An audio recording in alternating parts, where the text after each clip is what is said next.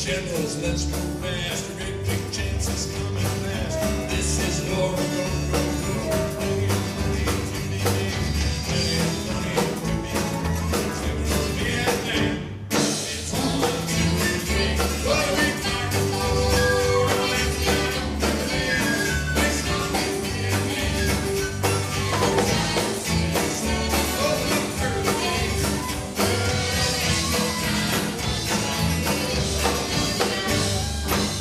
Well, there's about 500,000 of you freshmen out there. Well, maybe not quite 500,000. But I know there's a lot of you, and if you want to help stop the war, you're going to have to sing along with us the next time we come around here. It's 1, 2, 3. What are we fighting for? Let's get on to the land. Next stop is Vietnam. 5, 6, 7, full of hurricanes.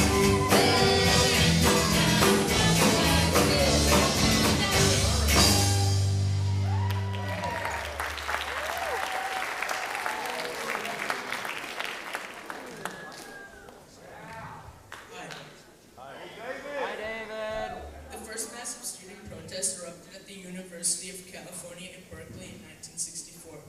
The Berkeley Free Speech Movement organized a sit-in to protest administrative restrictions on political activity on campus. The demonstration resulted in over 800 arrests of protesters. By 1966, the anti-war movement had gained tremendous momentum. On March 25th and 26th, huge protests occurred in 7 different U.S. cities. The New York events alone drew 25,000 protesters.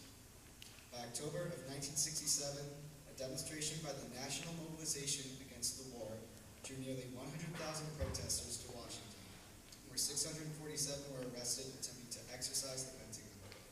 In 1968, over 3,000 campus protests occurred.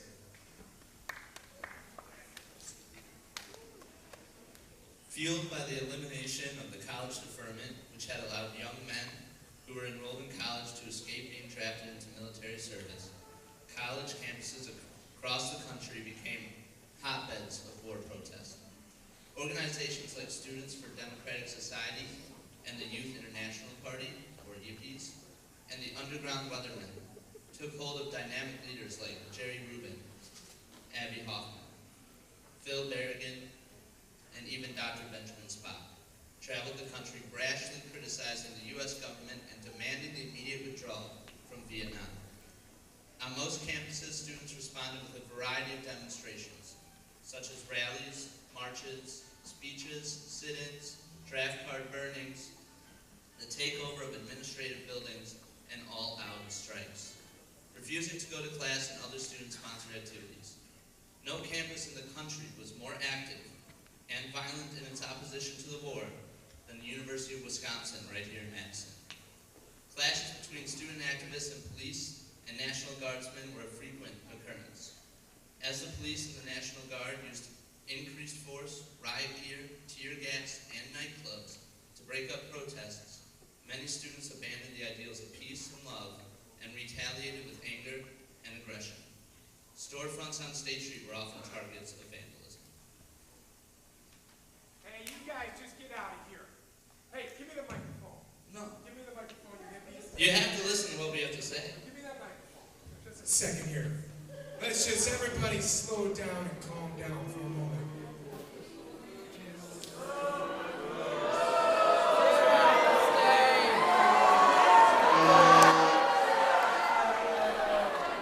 Many people during our modern era have glorified the Vietnam days by promoting how fantastic the Woodstock counterculture was. This viewpoint is biased in that it forgets to tell the story of the silent majority. During the mid to late 60s, there was a silent majority of Americans who strongly supported the United States government's enforcement of its containment policy. Many who look back on the 60s as an era of peace and protest forget that the majority of the democratically elected government of the United States supported the fighting of the war in Vietnam. That's the electoral map. I see that Nixon won in Wisconsin, so people here must have really appreciated what he was doing.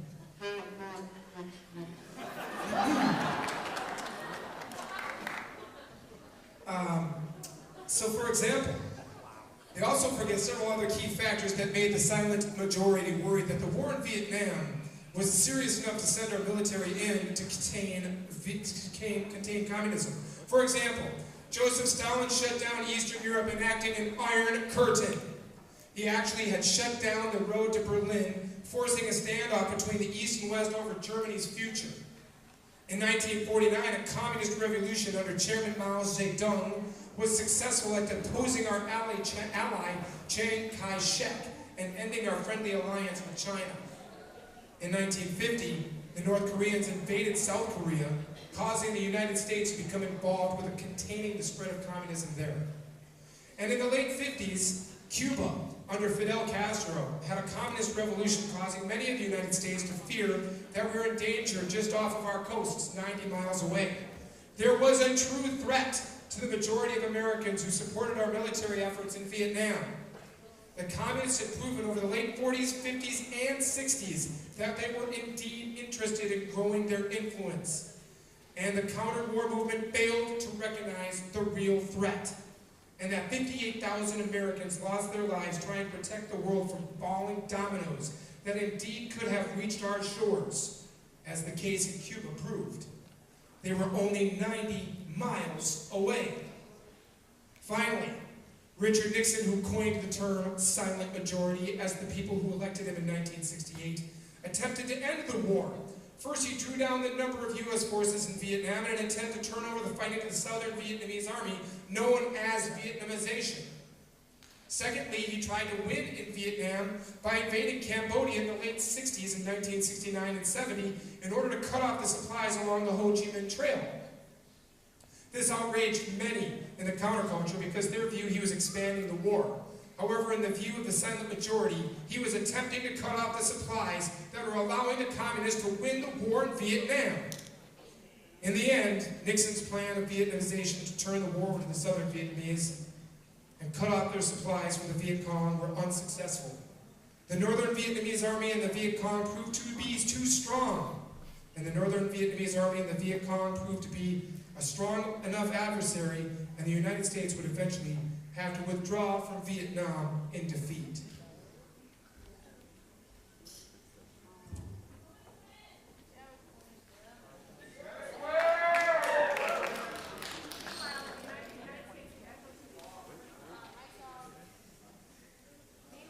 U.S. casualties in Vietnam began to mount, and U.S. involvement became even deeper.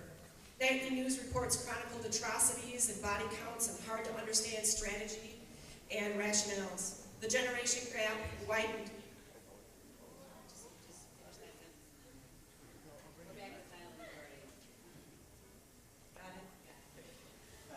Here we go. It's a good setup. Okie from Skokie.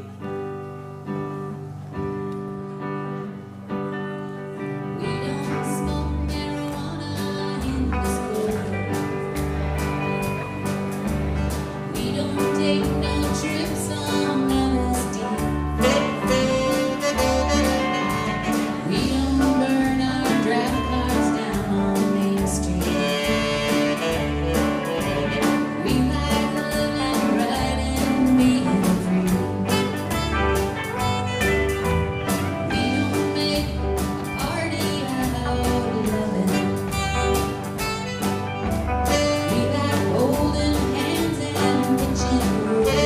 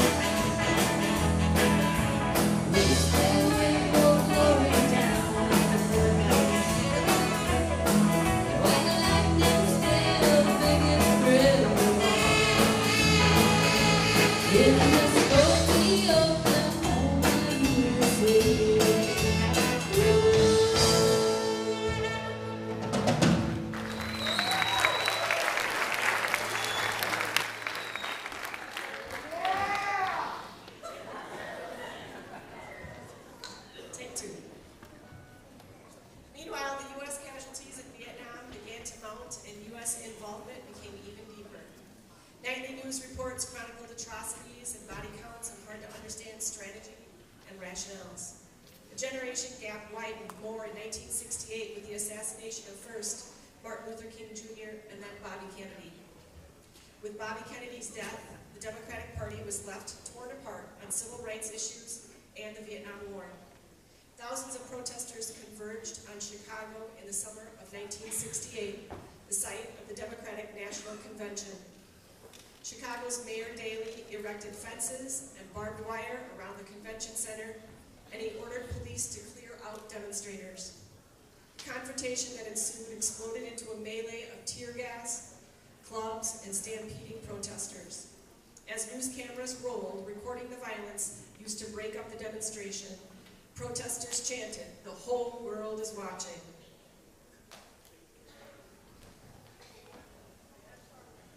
President Richard Nixon was elected in November that year, vowing to expedite the end of U.S. involvement in Vietnam through the Vietnamization of the war.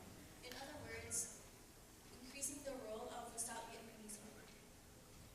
But as U.S. troops were being withdrawn, Nixon spread U.S. bombing runs into Cambodia and Laos in a last-ditch effort to win the war by knocking down the supply route to the Viet Cong rebels in the south. The bombing of Cambodia and Laos triggered another wave of protests at home. Distrust among all factions of American society spread like wildfire as hope for a peace settlement based on a clear-cut victory by the U.S. force was fading. And the government, the politicians, the media, the young activists, the older generation that had emerged triumphant from World War II, all began to question each other's integrity, morality, and patriotism.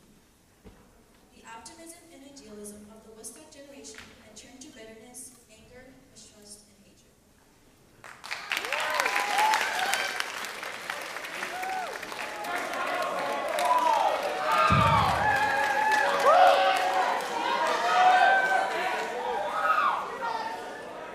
On May 4th, 1970, an event occurred that marked the turning point in the anti-war movement in America. The invasion of Cambodia by American troops had intensified the militancy of campus protests when tragedy struck in Ohio. On the campus of Kent State University, National Guard troops had been called out by the governor to subdue a group of student protesters. As tension mounted, several young guardsmen, no older than the students they were expected to control, opened fire on the unarmed protesters and bystanders. When the shooting ended, 9 students were injured and 4 lay dead.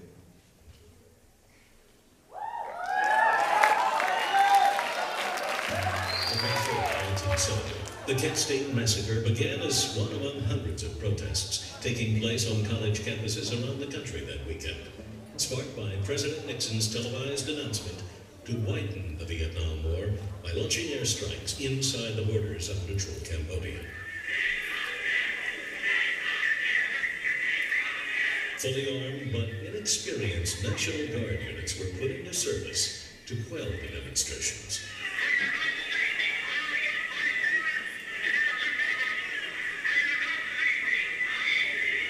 Suddenly, the smell of smoke and the sound of gunfire split the air.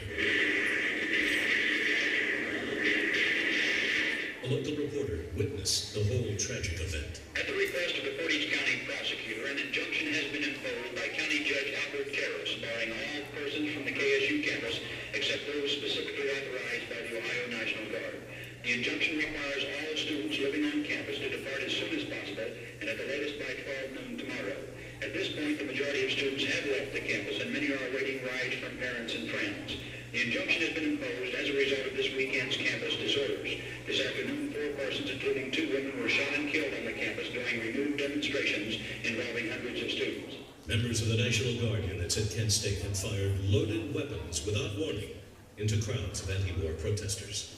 A similar incident 10 days later claimed 2 more lives at Jackson State University in Mississippi. In the fevered aftermath of the shootings, a presidential commission was formed and concluded that the National Guard's action of firing into the crowd was unnecessary, unwarranted, and inexcusable. The war had come home.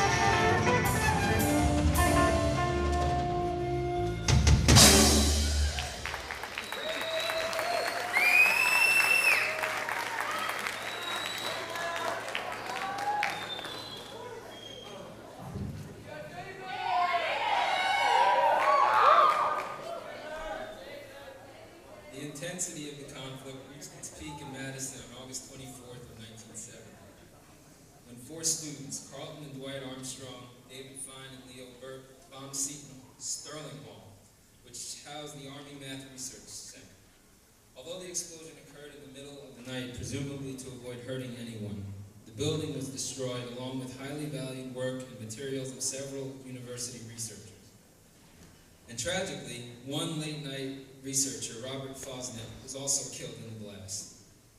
The only redeeming element of the tragedies that came to be known as Sterling Hall in Kent State was the fact that they ultimately served to convince some members of Congress, as well as public opinion, that the young protesters had been right all along.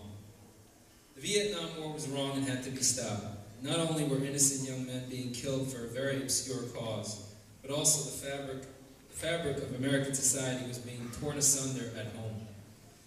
Families and communities were in conflict, and the government seemed to be at war with its own people. Nowhere was this more evident than the draft.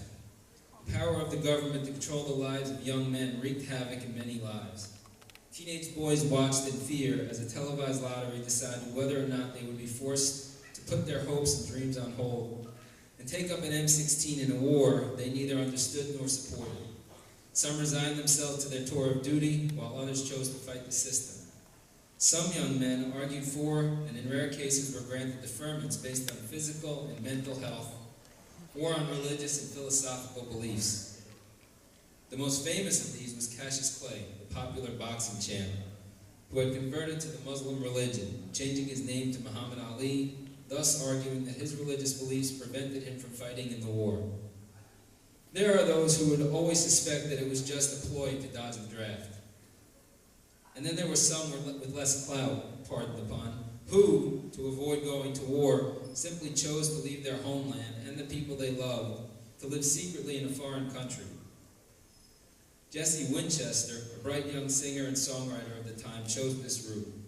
Subsequently, while living as an expatriate in Canada, he wrote some of his finest music and poetry, full of the wistful images, reminiscences, and longing for a normal, simple life. Once again, the conflict in Vietnam had claimed the victim far away from its battlefields. Or, as Martin Luther King once remarked, the bombs in Vietnam exploded home.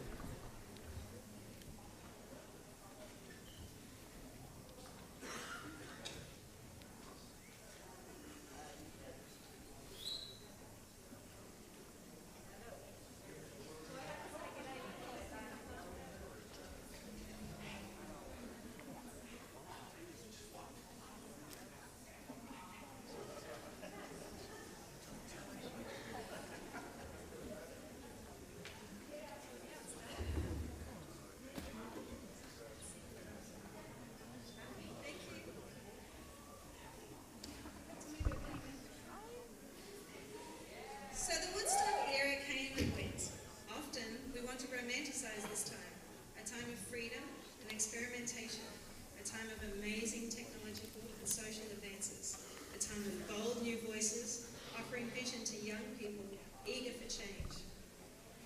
Or in the words of Bob Dylan, a time when you better get out of the road if you can't lend a hand, for the times, they are a-changing. But let's not ever forget that this vibrant era took its pound of flesh as well.